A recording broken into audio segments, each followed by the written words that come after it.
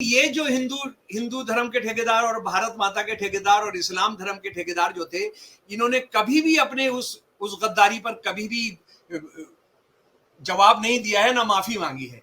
इन लोगों ने क्या किया कि मिलकर सरकारें चलाई। ये सावरकर साहब का मैं भाषण आपको बता रहा हूं। हिंदू महासभा के मत अनुसार व्यवहारिक राजनीति का मुख्य सिद्धांत अंग्रेज सरकार के साथ संवेदनपूर्ण सहयोग की नीति है। संवेदनपूर्ण सहयोग की नीति जी, जिसके अंतर्गत बिना किसी शर्त के अंग्रेजों के साथ सहयोग, जिसमें हथियारबंद प्रतिरोध भी शामिल है। गांधी जी ने कहा, एक भाई नहीं एक पाई नहीं, नारा था कांग्रेस का कि हम दूसरे विश्व युद्ध के लिए अंग्रेजों को एक भाई नहीं देंगे, यानी सेना में एक आदमी भर्ती नहीं कराएंगे। सरकारी आंकड़ों के अनुसार 208 पुलिस थानों, 1275 सरकारी दफ्तरों, 382 रेलवे स्टेशनों और 945 डाकघरों को जनता द्वारा नष्ट कर दिया गया। 9 तारीख को कांग्रेस की सारी लीडरशिप को, जो मिडिल लीडरशिप थी, जो सबसे बड़ी लीडरशिप थी, जो बस्तियों के शहरों के स्तर पर जो लीडरशिप थी, उसको गिरफ्तार किया और ये सारा देश जेल खाना बन गया। 9 अगस्त से ही हमारा देश जो है, जिनका ओरिजिनल है वो तो कहीं हाशिए पर चले गए, वो कहीं खो गए, उनकी जमीनें हड़प ली गई, उनके जो जंगल है जहाँ पे वो रहते थे वो सब खत्म कर दिए गए और वो सबसे ज्यादा गरीबी के सबसे नीचे पेडेस्टल पर, सबसे पायदान पर आकर खड़े हैं।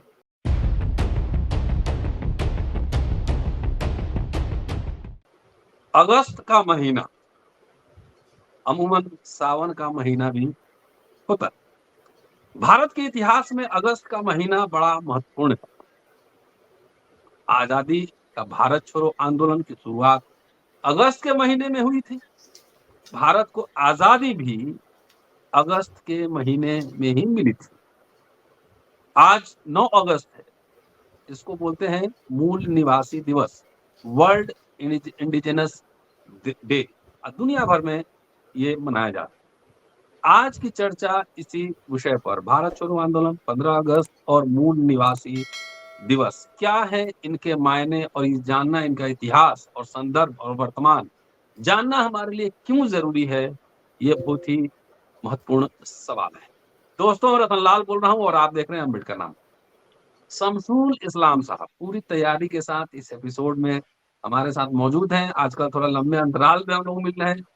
शमसुल साहब की व्यवस्था है, थोड़ी व्यवस्था मेरी भी है, किताब को लेकर और कुछ और गतिविधियों को लेकर, सामाजिक राजनीतिक गतिविधियों को लेकर। बहरहाल आज शमसुल साहब है, उनसे विस्तार से जानेंगे भारत छोड़ो आंदोलन, आजादी का क्या इतिहास है, उसमें कांग्रेस क्या कर रही थी, उसमें आरएसएस क्या कर रहा था, हिंदू महासभा क्या कर रहा था। ये तमाम पहलुओं को जानना हमारे लिए जरूरी है, बेहद जरूरी है। वनवासी कल्याण आश्रम खोले जा रहे हैं, लेकिन आदिवासियों को लेकर क्या अप्रोच है, ये भी समझना बेहद जरूरी है। स्वागत है सर, अम्बेडकर नामा में सर। जी, सलाम भाई, जय भीम, इनकलाब जिंदाबाद। जय भीम। आपने बहुत सही याद रखा कि आज हमारे जो मूल निवासी हैं, आज उनका भी दिवस है और मूल निवासियों के साथ जो हो रहा है उसका तो सबसे शर्मनाक जो उदाहरण है, जहाँ पर बहुत ज्यादा मूल निवासी भी हैं, मध्य प्रदेश से आ रहा है। मध्य प्रदेश तो ऐसा लग रहा है कि वहाँ एक गंदा नाला उस तरह का बह रहा है कि जिसके अंदर गुंडे जो हैं, लफंगे जो हैं, वो हमारी, जिनको ट्राइबल कहते हैं, जिनको आदिवासी कहते हैं, उनकी बच्चियों को रेप कर रहे हैं लगातार। मतलब वो घटनाएं कम होने का नाम ही नहीं ले रही हैं, बढ़ती जा रही हैं। और उसमें एक बार तो उन्होंने पैर धोया था हमारा जो वो मामा है वहां का मुख्यमंत्री, लेकिन अब पता नहीं उसको कितनी बार पैर धोना पड़ेगा, रोज दिन में 2-4 बार पैर धोना पड़ेगा, तो उसने वो बंद कर दिया है। मुझे तो उसको सुझाव ये है कि ये जो दलित बच्चियों को और ये हमारे मूल निवासियों की बच्चियों के साथ जो रहा है, तो उसके लिए पैर धोने का उसने एक मंत्रालय खोल देना चाहिए। हालात इसी तरह के हो गए हैं। तो खैर, हमारा देश जो है, जिनका ओरिजिनल है वो तो कहीं हाशिए पर चले गए, वो कहीं खो गए, उनकी जमीनें हड़प ली गई, उनके जो जंगल है जहाँ पे वो रहते थे वो सब खत्म कर दिए गए और वो सबसे ज्यादा गरीबी के सबसे नीचे पेडेस्टल पर, सबसे पायदान पर आकर खड़े हैं। ये हम इस बात को देख रहे हैं। अगर उनकी जिंदगी के हिसाब से चलता, उनके कल्चर के हिसाब से चलता, तो आज जो कुछ हो रहा है देश के अंदर वो नहीं होता, ये मेरा पूरा विश्वास है। दूसरी बात है कि आज जो आपने बहुत सही तय किया है कि हम इस 81वां जो याद दिवस हम मना रहे हैं भारत छोड़ो, अंग्रेजों भारत छोड़ो आंदोलन का, उसको मनाना बहुत ज्यादा जरूरी है। और जानना इसलिए जरूरी है कि आज जो शासक गिरोह सत्ता में बैठा है उसने पूरी लंगोटी कस के इसका विरोध किया था, और क्या क्या किया था उन्होंने, उसके उनके दस्तावेजों से ही डॉक्टर रतनलाल मैं आपके साथ अपने साथियों को साझा करना चाहता हूं। देखिए, एक सब साथी जानते हैं, लेकिन मैं फिर भी एक छोटा सा एक संक्षिप्त एक विवरण कर देता हूं। वो ये है कि कांग्रेस वर्किंग कमेटी की मीटिंग हो रही थी बॉम्बे के अंदर। वहां एक प्रस्ताव पास किया गया 7 और 8 तारीख को कि अंग्रेजों को कहा जाए कि वो एक ऑर्डरली मैनर में, एक कोई गड़बड़ किए बिना शांतिपूर्वक ढंग से भारत छोड़ दें, और अगर उसको नहीं छोड़ेंगे तो हम लोग उसका विरोध करेंगे। और ये क्विट इंडिया मूवमेंट की एक खास बैकग्राउंड ये था कि अंग्रेज एक जंग के अंदर अपने आप को शामिल कर लिया था उन्होंने। वो जंग जो था, उस जंग के अंदर उन्होंने, क्योंकि हम उनके गुलाम थे, तो ये मान लिया था कि हमारे देश के लोग भी उस जंग के अंदर शामिल हैं। तो ये दूसरा विषय था। लेकिन कांग्रेस जो स्वतंत्रता आंदोलन का सबसे बड़ा संगठन था, बल्कि वही स्वतंत्रता आंदोलन चला रहे थे, कुछ और छोटे मोटे ग्रुप थे उनके साथ, तो उन्होंने ये कहा कि हम इस जंग में शामिल नहीं होंगे। अगर आपने हम जंग के बारे में क्या रवैया रखेंगे, आप उसको पहले ये करें कि हमें आज़ादी देंगे नहीं देंगे, उसके बेड पर इसकी बातचीत करें। लेकिन अंग्रेज उसके लिए तैयार नहीं थे। इसलिए भी तैयार नहीं थे क्योंकि यहाँ के अपने आप को इस देश के हिंदुओं का संगठन बताने वाला हिंदू महासभा और आरएसएस के लोग, और मुसलमानों के ठेकेदार अपने आप को बताने वाले जिन्ना के नेतृत्व में जो मुस्लिम लीग था, उन्होंने कहा था अंग्रेजों के साथ कि आप ये कांग्रेस की आप ब्लैकमेल, यानी उसको कांग्रेस जब ये कह रहे थे कि हमको आजादी का तय करो तब हम अपना रुख बताएंगे दूसरे विश्व युद्ध में भारत की जनता क्या करेगी, तो उन्होंने कहा ये तो कांग्रेस ब्लैकमेल कर रही है अंग्रेज साहब, आप तो दुनिया के इतने महान शासक हैं, आपके साम्राज्य में तो कभी सूरज नहीं डूबता, तो आपको इसकी चिंता नहीं करनी चाहिए, हम आपके साथ हैं। और इसके लिए मैं आपको बता दूं कि जिन्ना साहब ने जो एक बयान दिया था वो बता दूं, कांग्रेस की असहयोग की धमकी दरअसल श्री गांधी और उनकी हिंदू कांग्रेस सरकार अंग्रेज सरकार को ब्लैकमेल करने की है। सरकार को इन गीदड़ भपकियों में नहीं आना चाहिए। यानी वो ये कह रहे हैं मुस्लिम लीग कि ये कांग्रेस जो है वो हिंदुओं का संगठन है और ये गीदड़ भपकियों में नहीं आना चाहिए। तो ये बड़े शर्म की बात थी, लेकिन कांग्रेस के लोगों ने उसको जारी रखा, उस फैसले पर अमल किया। 9 तारीख को कांग्रेस की सारी लीडरशिप को, जो मिडिल लीडरशिप थी, जो सबसे बड़ी लीडरशिप थी, जो बस्तियों के शहरों के स्तर पर जो लीडरशिप थी, उसको गिरफ्तार किया और ये सारा देश जेल खाना बन गया 9 अगस्त से ही। और उसके साथ साथ मेरे प्यारे दोस्तों, आपको फख्र होना चाहिए इस पर कि सारे देश में हजारों जगह लोग तिरंगा लेकर निकलते थे, अंग्रेजों भारत छोड़ो का नारा लगाते थे, अपनी अपनी भाषाओं में, देश की जो 85 भाषाओं थी उसमें ही नारा लगाते थे, और जो तिरंगा लेकर निकलता था उसको गोली मारी जाती थी। और लेकिन भारत के लोगों ने भी जो बहादुरी के काम किए कि सरकारी दफ्तरों पर, स्कूलों पर, कॉलेजों में उन्होंने जो है तिरंगा लहराया और उसके लिए शहीद हुए।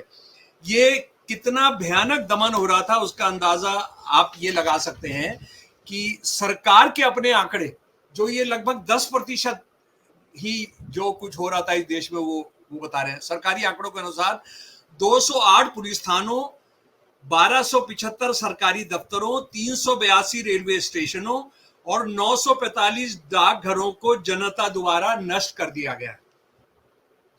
हालांकि वो इसको कम करके दिखा रहे हैं लोगों के प्रतिरोध को, और वही बता रहे हैं कि ये तो बहुत कम है, लेकिन सारे देश के अंदर कन्याकुमारी से लेके कश्मीर तक और उधर त्रिपुरा से लेकर और नीचे तमिलनाडु और केरल तक, ये पूरे देश के अंदर हजारों जगह फायरिंग हो रही थी और उन फायरिंग्स के अंदर हजारों लोग मारे जा रहे थे। मैं आपको ये बताना चाहता हूं कि दिल्ली, आज के दिन दिल्ली में लगभग 100 जगह फायरिंग हो रही थी, 100 जगह फायरिंग हो रही थी, लोग मारे जा रहे थे। दिल्ली ऐसा लग रहा था कि एक युद्ध का सेंटर बन गया है। हरियाणा के अंदर, पंजाब के अंदर, मध्य प्रदेश के अंदर, यूपी के अंदर, बिहार के अंदर, बंगाल के अंदर, सब जगह यही हालत थी। और ये भी मैं आपको बताना चाहता हूं कि हरियाणा, जहां आज हिंदू मुसलमानों को लड़कर ऐसा कराया जा रहा है कि जैसे हिंदू मुसलमान एक साथ नहीं रह सकते, और हिंदुत्ववादी गुंडे जो यहाँ पर कर रहे हैं, यहाँ पर मोहल्ले मोहल्ले के अंदर, गांव गांव के अंदर फायरिंग हो रही थी और लोग शहीद हो रहे थे, हिंदू मुसलमान सिख मिलकर। तो ये वो सब हो रहा था जो इस देश की इनकलाबी जनता करना ही था, क्योंकि इस इनकलाब की एक विरासत थी। भगत सिंह, राजगुरु, सुखदेव, अशफाक उल्लाह, जलियांवाला बाग, ये शहादत की जो विरासत थी। लेकिन इस दौर के अंदर डॉक्टर रतन लाल, हमारे बहुत सारे साथी जानते नहीं है कि ये आरएसएस, हिंदू महासभा और मुस्लिम लीग मिलकर क्या कर रहे थे। जैसा मैंने अभी जिन्ना का एक कथन आपको बताया था कि उसने कहा कि ये कांग्रेस की गीडर भपकी के अंदर नहीं आइए, हम आपके साथ हैं, तो पूरा इसके साथ हाथ मिला लिया सावरकर ने और आरएसएस ने। और इन लोगों ने क्या किया कि कांग्रेस का ये कॉल था कि हम जंग के लिए कोई सहायता नहीं करेंगे। गांधी जी ने कहा एक भाई नहीं एक पाई नहीं, नारा था कांग्रेस का कि हम दूसरे विश्व युद्ध के लिए अंग्रेजों को एक भाई नहीं देंगे, यानी सेना में एक आदमी भर्ती नहीं कराएंगे, हम एक पाई, एक आने के अंदर पाइयां होती थी, वो उसको आज तो हमारे नौजवान और दूसरे साथी समझ भी नहीं सकते हैं। तो वो पाई यानी शायद 16 पाई होती थी एक आने के अंदर, एक रुपए के अंदर 8 आने होते थे और एक आने के अंदर 16 पाई होती थी। तो एक भाई नहीं एक पाई नहीं, not a man not a penny, अंग्रेजी के अंदर था। और उस वक्त हिंदू महासभा के अध्यक्ष थे सावरकर जी। उन्होंने क्या किया, उन्होंने कहा, अंग्रेजों से कहा, एक प्रस्ताव पास करके हिंदू महासभा का, कि सरकारी प्रतिबंध के तहत जैसे ही कांग्रेस एक खुले संगठन के तौर पर राजनीतिक मैदान से हटा दी गई है, तो अब राष्ट्रीय कार्रवाई के संचालन के लिए केवल हिंदू महासभा ही मैदान में रह गई है। ये सावरकर साहब का मैं भाषण आपको बता रहा हूं। हिंदू महासभा के मत अनुसार व्यवहारिक राजनीति का मुख्य सिद्धांत अंग्रेज सरकार के साथ संवेदनपूर्ण सहयोग की नीति है। संवेदनपूर्ण सहयोग की नीति जी, जिसके अंतर्गत बिना किसी शर्त के अंग्रेजों के साथ सहयोग, जिसमें हथियारबंद प्रतिरोध भी शामिल है। जिन्ना साहब ने क्या किया, अंग्रेजों ने एक डिफेंस काउंसिल बनाई, मुस्लिम लीग ने शामिल होने का मना कर दिया, हालांकि वो सब तरह से मदद कर रहे थे जंग के अंदर। और वो थोड़ा सा अपने बाएं तरफ हो जाए सर, फ्रेम से कट रहे हैं जी। हाँ, थोड़ा हाँ, ठीक है, ठीक है। ये जो सावरकर साहब ने हिंदू महासभा के अध्यक्ष थे, हिंदू महासभा के अध्यक्ष होते हुए उन्होंने कहा कि हम आपके साथ संवेदनपूर्ण सहयोग कर रहे हैं। और उसके लिए उन्होंने हजारों भर्ती कैंप चलाए, अंग्रेजी सेना में। और कानपुर के अधिवेशन में सावरकर ने बोलते हुए कहा कि हमने 1 लाख हिंदू भर्ती कराए हैं सेना के अंदर। और जिन लोगों को, हिंदुओं को सेना को भर्ती कराया जा रहा था, सावरकर साहब उनसे खुद कहते थे कि आपने अंग्रेजों का डिसिप्लिन मानना है, वहां ऐसा कुछ मत करिएगा कि अंग्रेजों का डिसिप्लिन खराब हो।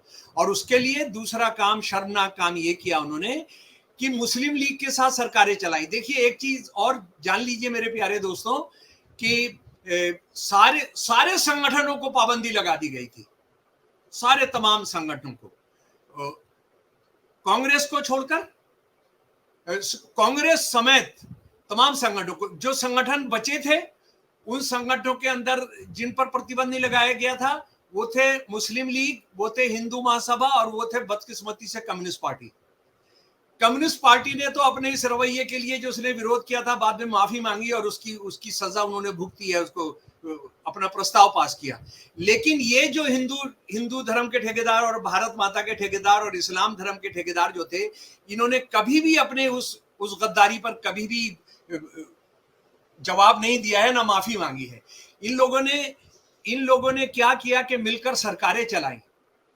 जब कांग्रेस की सारी टॉप लीडरशिप, कांग्रेस की मिडिल रैंक की लीडरशिप, ग्राउंड लेवल पर लीडरशिप सब रहता है, हजारों लोग शहीद हो गए हैं, हजारों लोग मार दिए गए हैं, अपाहिज बना दिए गए हैं, जेलों के अंदर डाल दिए गए, सैकड़ों औरतों के साथ बलात्कार किया गया है, भारतीय औरतों के साथ।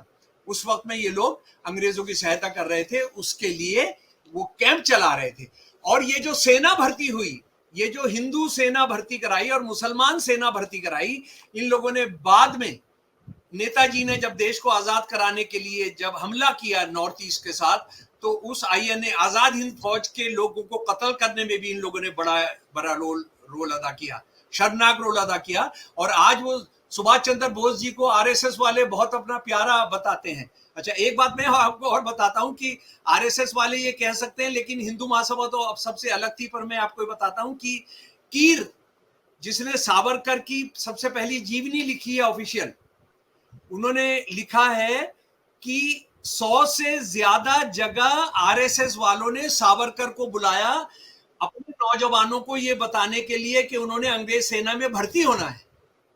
ये कह रहा है, ये हिंदू महासभा की तरफ से जो सावरकर की जीवनी लिखी गई है। और उसके बाद जहां जहां सरकारें चलाई मुस्लिम लीग के साथ, समझ लीजिए मेरे प्यारे दोस्तों, ये पूरा देश जो है कत्लगाह बना हुआ है। यहां हजारों लोग जेलों में, गांधी बंद है, आजाद बंद है, नेहरू बंद है, सरदार पटेल बंद है, सारे छोटे कांग्रेस के लीडर बंद हैं, औरतें बंद हैं, उन पर जुल्म हो रहा है। और इस वक्त में ये सरकारें चला रहे हैं। और सरकार चलाने को जायज ठहराते हुए जो इसने भाषण किया सन 1942 में सावरकर ने, जरा वो मेरे प्यारे साथियों सुन लीजिए। व्यवहारिक राजनीति में भी हिंदू महासभा जानती है कि बुद्धिमत समझौतों के जरिए आगे बढ़ना चाहिए। यहां सिंध हिंदू महासभा के निमंत्रण के बाद मुस्लिम लीग के साथ मिलीजुली सरकार चलाने की जिम्मेदारी ली। सावरकर साहब, वीर सावरकर, हिंदुओं के महानतम लीडर, हिंदुत्व के आइडियोलॉग, वो क्या कह रहे हैं, मुस्लिम लीग के निमंत्रण पर हमने सिंध के अंदर सरकार चलाई। ठीक है जी। बंगाल का उदाहरण भी सबके पता है। उद्दंड लीगी, जिन्हें कांग्रेस अपनी तमाम आत्मसमर्पणता के बावजूद खुश नहीं रख सकी, हिंदू महासभा के साथ संपर्क में आने के बाद काफी तर्कसंगत समझौतों, शर्म आनी चाहिए इस भाषा के लिए उनको, और सामाजिक व्यवहार के लिए तैयार हो गए। यानी मुस्लिम लीग के लोग तर्कसंगत समझौतों और हिंदू महासभा के साथ सामाजिक व्यवहार के लिए तैयार हो गए। और वहां की मिलीजुली सरकार मिस्टर फजलुल हक के प्रधानमंत्रित्व और महासभा के काबिल व मान्य नेता श्यामा प्रसाद मुखर्जी के नेतृत्व में दोनों समुदायों के फायदे के लिए 1 साल तक सफलतापूर्वक चली। सोचिए जरा, सुनिए इनके ये काली करतूतें, इनकी शर्मनाक करतूतें। भारत माता के साथ गद्दारी, उसको हथकड़ियों में उसको लहूलुहान करने की ये जो है उसको जायज ठहरा रहा है।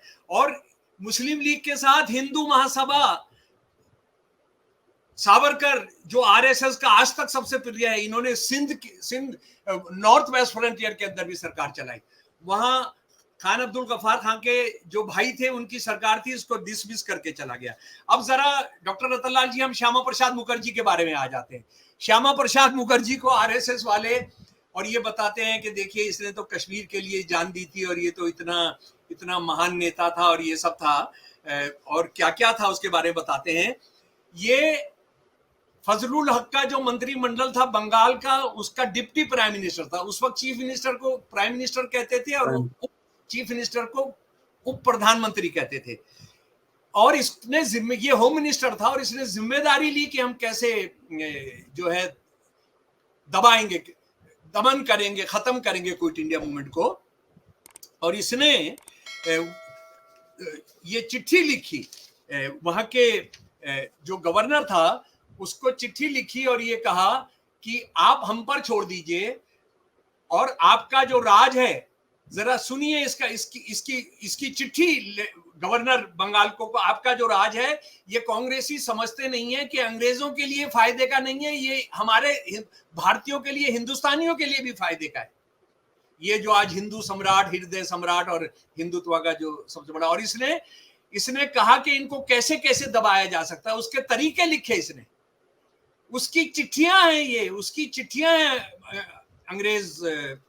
अंग्रेज गवर्नर को लिखी हुई। और बहुत कतलेआम कराया श्यामा प्रसाद मुखर्जी ने कांग्रेसियों का, जो तिरंगा लेकर निकला उसको अंग्रेजों की फौज ने, और ये जो मुस्लिम लीग के गुंडे थे और वहां पर हिंदू महासभा के गुंडे थे, उन्होंने उनका बहुत नेहरू कैबिनेट में शामिल भी हो गए। हाँ, शामिल हो गए। वो तो असल में कांग्रेस की बहुत प्रॉब्लम्स हैं और वो अलग है, उस पर कभी हमको बात करना चाहिए। अभी आप जानते हैं मध्य प्रदेश में जो आरएसएस का आदमी है कमलनाथ, वो क्या क्या कर रहा है वहां पर।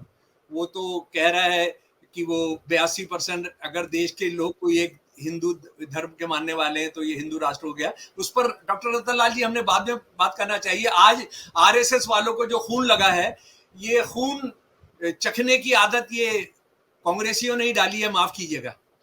उसके बाद आरएसएस ने तो अपनी किताबों के अंदर, खासतौर पे गोलवालकर ने जो लिखा है, उसने 1942 के आंदोलन की जो भर्त्सना किया, उनमें से कुछ उसकी मिसालें मैं आपको पेश कर रहा हूं। इसने एक वक्तव्य दिया, 1942 में भी अनेकों के मन में तीव्र आंदोलन था, उस समय भी संघ का नित्य कार्यक्रम चलता रहा, प्रत्यक्ष रूप से संघ ने कुछ ना करने का संकल्प लिया। ये गोलवालकर खुद कह रहा है। उसके बाद उसने ये कहना है कि हम इसको बिल्कुल इनकलाब नहीं मानते थे, इसको आजादी की लड़ाई नहीं मानते थे। गोलवालकर तो यहां तक उसने कह दिया कि ये तो कुदरती नियम है कि बड़ी मछली छोटी मछली को खाती है। अंग्रेज बड़ी मछली थी, अंग्रेज के बाद ताकत थी, तो उसने हमको दबाना ही था। और उन्होंने कह दिया कि हम 1942 के आंदोलन में इसलिए नहीं शामिल हुए और उसका हमने विरोध किया क्योंकि वो हिंदू राष्ट्र बनाने के लिए नहीं था, बल्कि एक मिला जुला राष्ट्र बनाने के लिए था। डॉक्टर रतन लाल जी सुन लीजिए, ये आज भी वो यही काम कर रहे हैं कि 1942 का विरोध क्यों किया उन्होंने खिलाफत आंदोलन का विरोध क्यों किया, उन्होंने भगत सिंह, राजगुरु, सुखदेव का विरोध क्यों किया, क्योंकि वो एक सोशलिस्ट भारत बनाना चाहते थे, वो एक समतावादी भारत बनाना चाहते थे, इसलिए उन्होंने इसका विरोध किया। गोलवालकर की एक बात और सुन लीजिए, कई लोग पहले इस प्रेरणा से काम करते थे कि अंग्रेजों को निकालकर देश को स्वतंत्र करना है। अंग्रेजों के औपचारिक नीति से चले जाने के बाद के पश्चात ये प्रेरणा ढीली पड़ गई। वास्तव में इतनी ही प्रेरणा रखने की आवश्यकता नहीं थी। हमें स्मरण होगा कि हमने प्रतिज्ञा में, यानी आरएसएस की जो प्रतिज्ञा है, धर्म और संस्कृति की रक्षा कर राष्ट्र की स्वतंत्रता का उल्लेख किया है, उसमें अंग्रेजों के जाने ना जाने का उल्लेख नहीं है। ये गद्दार, ये दलाल, ये तलवे चाटने वाले अंग्रेजों के, मुस्लिम लीग के, ये कह रहे हैं हमारी प्रतिज्ञा में अंग्रेज जाएं ये देश आजाद हो, उसका तो कोई जिक्र है ही नहीं मेरे प्यारे दोस्तों। और हमने बलिदान की महानता का सर्वोच्च बिंदु जिसकी मनुष्य आकांक्षा करे नहीं माना है, क्योंकि अंततः वे अपना उद्देश्य प्राप्त करने में असफल हुए, और असफलता का अर्थ है कि उनमें कोई गंभीर त्रुटि थी। ये आरएसएस के गद्दारों, दलालों, बदमाशों, लुटेरों की परिभाषा सुन लीजिए शहीदों के बारे में। 42 में जो शहीद हुए, भगत सिंह, राजगुरु जो शहीद हुए, जलियांवाला बाग में जो शहीद हुए, उसके बारे में कह रहे हैं आप शहीद हो जा रहे हैं, इसका मतलब है आप अपने काम में विफल हो गए, आपके मकसद में कोई त्रुटि थी। मेरे प्यारे दोस्तों, फिर सुन लो, हमने बलिदान को महानता का सर्वोच्च बिंदु जिसकी मनुष्य आकांक्षा करे नहीं माना है, क्योंकि अंततः वे अपना उद्देश्य प्राप्त करने में असफल हुए, और असफलता का अर्थ है कि उनमें कोई गंभीर त्रुटि थी। समझ गए आप? तो इसीलिए इन्होंने कोई शहीद पैदा नहीं किया। शहीद किया इन्होंने कोई नाखून, उंगली का नाखून इन्होंने नहीं कटवाया। और आखिरी बात मैं बताना चाहता हूं डॉक्टर रतन लाल जी अपने साथियों को, कि देखिए 1941-42 का समय है जब आरएसएस के जो सारे बड़े बड़े धुरंधर हैं और आइडियोलॉग हैं, या बाद में जो हमारे देश में बहुत मंत्री, पंत्री, शंत्री क्या क्या बने, जैसे एल के अडवाणी इसी समय में आता है, गोलवालकर इसी समय में आता है, दीनदयाल उपाध्याय इसी समय में आते हैं, ठीक है जी। अटल बिहारी वाजपेयी इसी समय के अंदर आते हैं, आरएसएस के अंदर गद्दारी करा के, एक दीक्षित जी को पकड़वा कर करा के आते हैं। इनमें से कोई भी आदमी जेल नहीं गया, कोई आदमी जेल नहीं गया भाई। आप 41 से 42 में आ गए, 42 के आंदोलन का आपने विरोध किया, उसके बाद हर चीज का विरोध किया, और आज ये इस देश के ठेकेदार बने हुए। तो इन्होंने जब भी इस देश की जनता ने मिलकर लड़ाई लड़ी, जब भी एक हुए, अंग्रेजों को उखाड़ कर फेंकने किया, ये मुस्लिम लीग के साथ हाथ मिला ली। इन्होंने अंग्रेजी सेना में 1 लाख लोग भर्ती कराए, उसका पैसा दिया। और ये भी मैं आपको बताना चाहता हूं कि अंग्रेजों ने जो डिफेंस काउंसिल बनाई थी, उसका उप मुखिया था वाइस चांसलर, और उप मुखिया था वाइस प्रेसिडेंट हिंदू महासभा का। एक बड़े वकील साहब थे, जो नॉमिनेट किसने किया था? नॉमिनेट किया था सावरकर ने उनको। तो आज हमको याद रखना है अपने शहीदों को, आज ही 91 साल में, कि ये वो गद्दार जिनको हमने कूड़ेदान में डाल देना चाहिए था, आज देश पर राज कर रहे हैं। भारत माता को फिर ये हलाल करने के लिए लगे हुए हैं। और आज मोदी हमारे प्रधानमंत्री क्या कह रहे हैं कि आज से वो शुरू करेंगे, क्या शुरू करेंगे? हमारी साम्राज्यवाद विरोधी जो विरासत है उसको याद करने के लिए नहीं, बल्कि वो अपने करप्शन को छुपाने के लिए करप्शन के विरोध क्विट इंडिया शुरू करेंगे। अरे अगर करप्शन का क्विट इंडिया शुरू करना है तो सबसे पहले आपने देश छोड़ना होगा, सबसे पहले अडानी अंबानी ने देश छोड़ना होगा। यानी क्विट इंडिया मूवमेंट का जो असली था, जुल्म के खिलाफ इनकलाब जिंदाबाद, 3 रंग जो बराबरी के, संघर्ष के, खुशहाली के थे, उनको आप भुलाकर आप किस तरह से उसकी व्याख्या कर रहे हैं। तो ये देश जो है याद, आरएसएस हिंदू महासभा को याद रखेगा, बिल्कुल याद रखेगा, कभी नहीं भूलेगा। बहुत बहुत शुक्रिया। शुक्रिया सर। और दोस्तों, शमसुल इस्लाम साहब थे, पूरा इतिहास जवानी याद है इनको। पूरा वीडियो सुनिए, शेयर और सब्सक्राइब करते रहिए। अगले एपिसोड में जब हम मिलेंगे शमसुल साहब से, तो हरियाणा के साझी विरासत पर बात करने वाला हूँ। हरियाणा चर्चा में है नूह के कांड को लेकर, बुलडोजर को लेकर और मोनू मानेसर को लेकर। हरियाणा में किस तरह से पोलराइजेशन करने की कोशिश हो रही है, और हरियाणा का इतिहास क्या है आजादी के आंदोलन में, ये अगले एपिसोड में बात करने वाला हूँ। शुक्रिया, देखते रहिए अम्बेडकर नामा। शुक्रिया सर, थैंक यू सर।